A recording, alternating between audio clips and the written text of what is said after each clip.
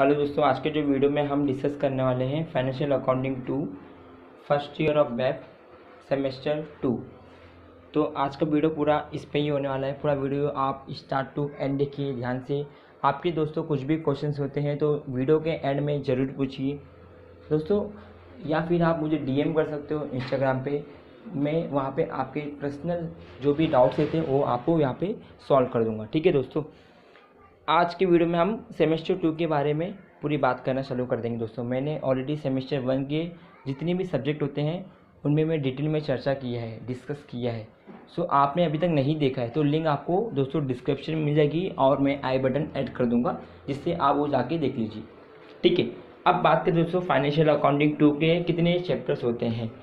सो अब हम चैप्टर के आगे बढ़ते हैं दोस्तों। आपके सामने यहाँ पे शो हो रहा होगा जो ये रिवाइज शेड्यूल है।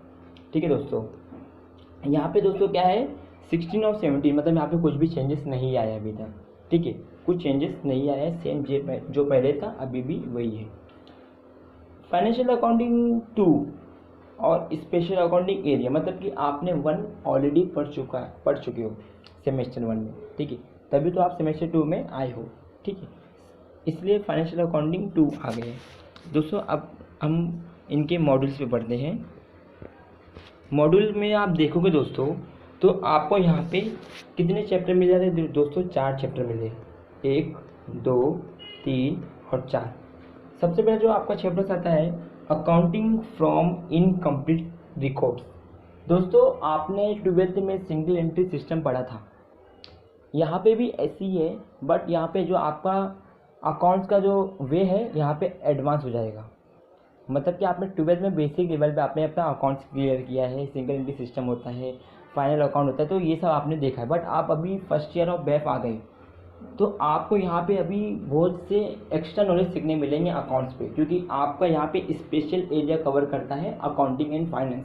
ठीक है, सेकेंड चैप्टर दोस्तों कंसाइनमेंट अकाउंट्स। थर्ड आपका आता है ब्रांच अकाउंट्स। फोर्थ चैप्टर आता है आपका फायर इंश्योरेंस क्लेम्स। ठीक है, आपको सेमेस्टर 2 में इतने ही चैप्टर्स पढ़ने रहेंगे, सिर्फ 4 चैप्टर। आगे बढ़ते दोस्तों, हम लोग एक चैप्टर के बारे में हम थोड़ा डिटेल में जाते हैं कि क्या है एक्चुअली। ठीक है, अब देखिए दोस्तों अकाउंटिंग फ्रॉम इनकम्प्लीट रिकॉर्ड्स में आपको क्या रहेगा। सबसे पहले आपको दोस्तों इंट्रोडक्शन पढ़ा जाएगा, मतलब कि इनकम्प्लीट रिकॉर्ड्स किसको बोला जाता है, तो डबल एंट्री सिस्टम क्या होता है, सिंगल एंट्री सिस्टम क्या होता है, ये आपको थोड़ा बहुत पढ़ाया जाएगा। ठीक है, उसके बाद दोस्तों क्या प्रॉब्लम आएगा। देखिए problem on preparation of final account of proprietor trading concern, मतलब कि आपने दोस्तों फाइनल अकाउंट करा है बट यहाँ पे भी सेम फाइनल अकाउंट होगा, थोड़ा यहाँ पे सिंगल एंट्री सिस्टम की बेस होगा। ठीक है, थोड़ा से डिफिकल्ट होगा, मतलब कि अभी आपने दोस्तों 12 क्लियर किया है। ठीक है दोस्तों, आपने 12 क्लियर किया है, सो आपका जैसा फाइनल अकाउंट था अभी ऐसा नहीं रहेगा, थोड़ा बहुत आपका यहाँ पे चेंजेस हो जाएगा। ठीक है, मतलब इतना डिटेल में मतलब कि मैं जाना चाहूँगा, आपको वीडियो देखना है तो मैंने वीडियो उसके ऊपर बनाया है। लिंक आई होप मैं लिंक प्रोवाइड कर दूँ डिस्क्रिप्शन में, तो आप देख लीजिए। ठीक है, ये चैप्टर का इनकम्प्लीट रिकॉर्ड्स की। ठीक है दोस्तों, अब आगे हम बढ़ते हैं। कंसाइनमेंट अकाउंट आपने सुना नहीं होगा, थोड़ा बहुत आपको मीनिंग पता होगा कंसाइनमेंट अकाउंट का, तो आपको कंसाइनमेंट अकाउंट क्या होता है पूरा यहाँ पे इन डेप्थ पढ़ाया जाएगा।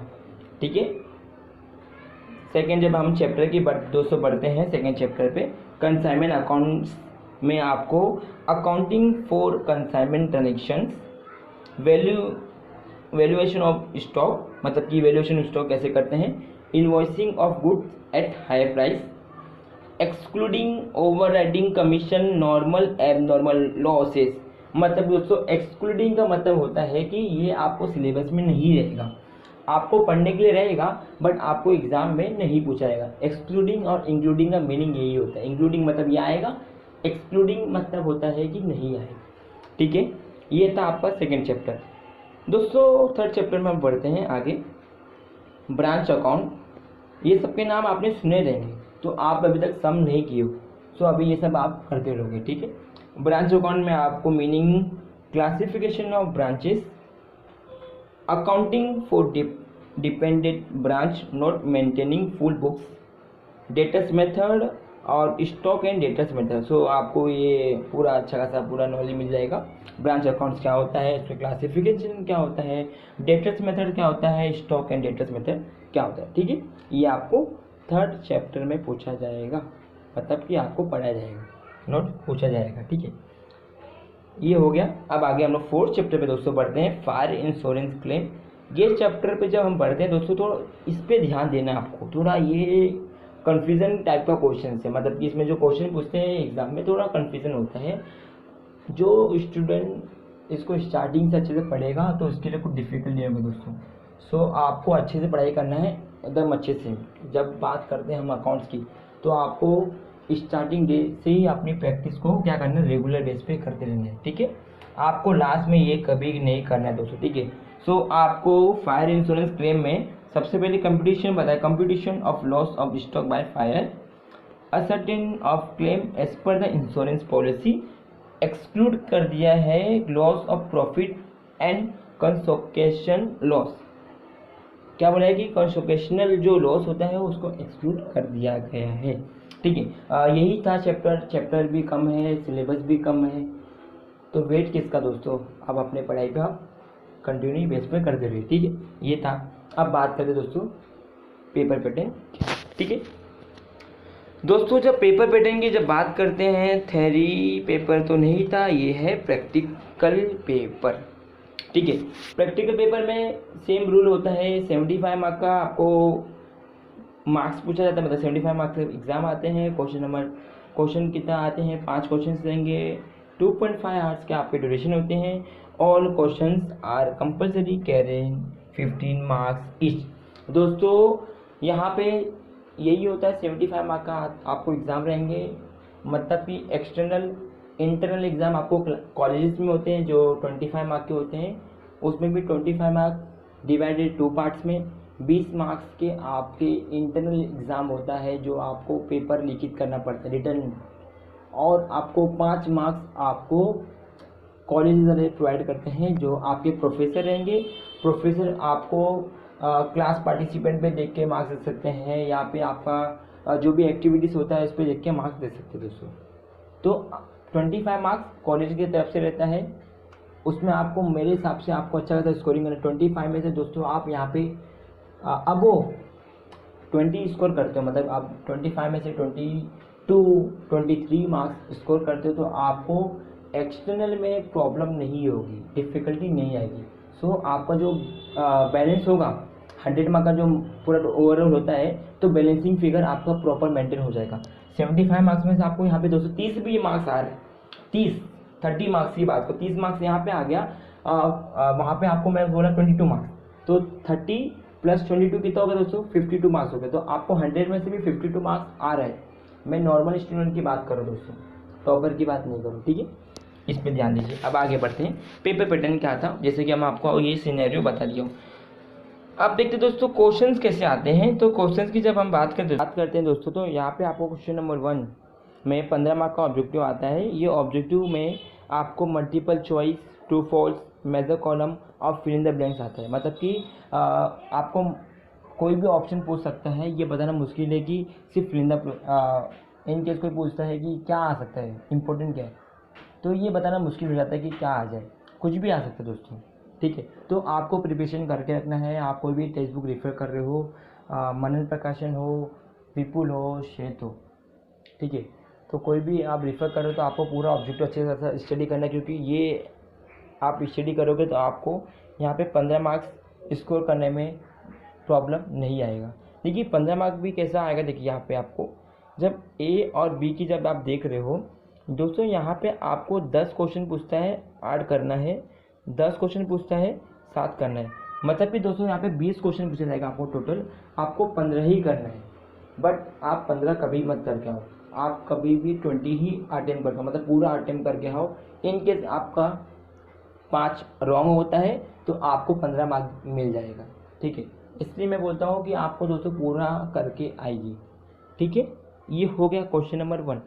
दोस्तों क्वेश्चन नंबर 2 पे हम दोस्तों जब बढ़ते हैं, तो क्वेश्चन नंबर 2 पे हम देखेंगे दोस्तों, तो क्वेश्चन नंबर 2 से लेकर क्वेश्चन नंबर 4 तक यहाँ पे सेम थिंग होता है। क्वेश्चन नंबर 2 के ऑप्शन में 15 मार्क का पूछता है, 3 के ऑप्शन में 3, 4 के ऑप्शन में 4, तो 15 मार्क का आपको यहाँ पे सम्स आते हैं। कभी कभी 15 मार्क के सम्स नहीं आते तो यहाँ फिर 7 और 8 मार्क में पूछ सकता है, या फिर 5 और 10 मार्क्स में पूछ सकता है। आपको मैं बता दूँ कैसे होगा, ठीक है। ये हो गया दोस्तों। थ्योरी के पेपर तो नहीं है ये, फिर भी थ्योरी यहाँ पे पूछा जाता है, ठीक है। आप देखिए थ्योरी कैसा पूछा जाता है। अभी क्या होता है, लोगों को थोड़ा कंफ्यूज हो जाते हैं कि प्रैक्टिकल कर लेते हैं और थ्योरी में ये नहीं कर पाते हैं, ठीक है। देखिए क्वेश्चन नंबर जब दोस्तों आप 5 में आते हो, क्वेश्चन नंबर 5 में, तो आपको यहाँ पे थ्योरी अटेम्प्ट करना पड़ता है। थ्योरी क्वेश्चन जो होते हैं 7-8 मार्क के अटेम्प्ट करिए, या फिर आप शॉर्ट नोट अटेम्प्ट करिए, 3 शॉर्ट नोट अटेम्प्ट करिए आउट ऑफ 5 में से, 5 में से 3 अटेम्प्ट करिए, वो भी अच्छा है। या फिर आप 8 और 7 मार्क का अटेम्प्ट करिए, वो भी ठीक रहेगा, ठीक है। कंपलसरी क्वेश्चन है दोस्तों, ये करना अटेम्प्ट करना पड़ेगा, इसमें नो ऑप्शन नहीं मिलेगा, ठीक है। ये है आपको करना है। अब एक चीज़ देखिए दोस्तों, यहाँ पे क्या लिखा, जैसे कि मैं आपको पहले भी बोला, practical question of 15 marks may be divided into 2 sub questions of 7-8 and 10-5 marks if the topic demand instead of practical question appreciate theory question may be asked, ठीक है। जैसे कि दोस्तों मैं बोला आपको, देखिए यहाँ पे इसका मतलब यही है कि आपको जो क्वेश्चन देंगे 15 मार्क में से ये भी डिवाइड हो सकते हैं ऐसे टाइप में। देखो 7-8 में भी हो सकते हैं, 10-5 में भी हो सकते हैं, ठीक है। कंपलसरी नहीं कि 15 मार्क ही पूछेगा, या ऐसा कुछ भी फॉर्मेट हो सकता है। अब तो ये आपके लिए ईजी हो गया है कि कॉलेजेस ही पेपर फ्रेम करती है। पहले यूनिवर्सिटी फ्रेम करके कॉलेज वाले को प्रोवाइड करती थी, बट अभी ऐसा नहीं होता है। तो ये आपके लिए अपॉर्चुनिटी अच्छी है कि आप अपना अच्छा खासा स्कोरिंग मार्क्स भी ले सकते हो, ठीक है। आप अपनी अच्छी खासी स्टडी करिए, जो आपको इम्पोर्टेंट लगी पहले वो कंप्लीट करिए पढ़ाई करके, फिर आपको जो बचता है टाइम, फिर आप अदर टॉपिक पे जाइए जो आपको लगता है कि ये पूछ सकता है, फिर आप वो पढ़िए, ठीक है दोस्तों। कुछ भी क्वेश्चंस रहेंगे तो आप मुझे कमेंट करिए, और या फिर मुझे इंस्टाग्राम पे करिए कमेंट, और वहाँ पे आप अपने पर्सनल डाउट भी पूछ सकते हो। जितना पॉसिबल होगा मुझे आंसर देने के लिए मैं आपको दूंगा दोस्तों, ठीक है। Thanks for watching my video दोस्तों। वीडियो आपको अच्छा लगा हो दोस्तों तो आप एक लाइक कर दीजिए, और अभी तक आपने मेरे चैनल को सब्सक्राइब कर लिया है, so thank you so much दोस्तों। Take care of yourself, stay home, stay safe.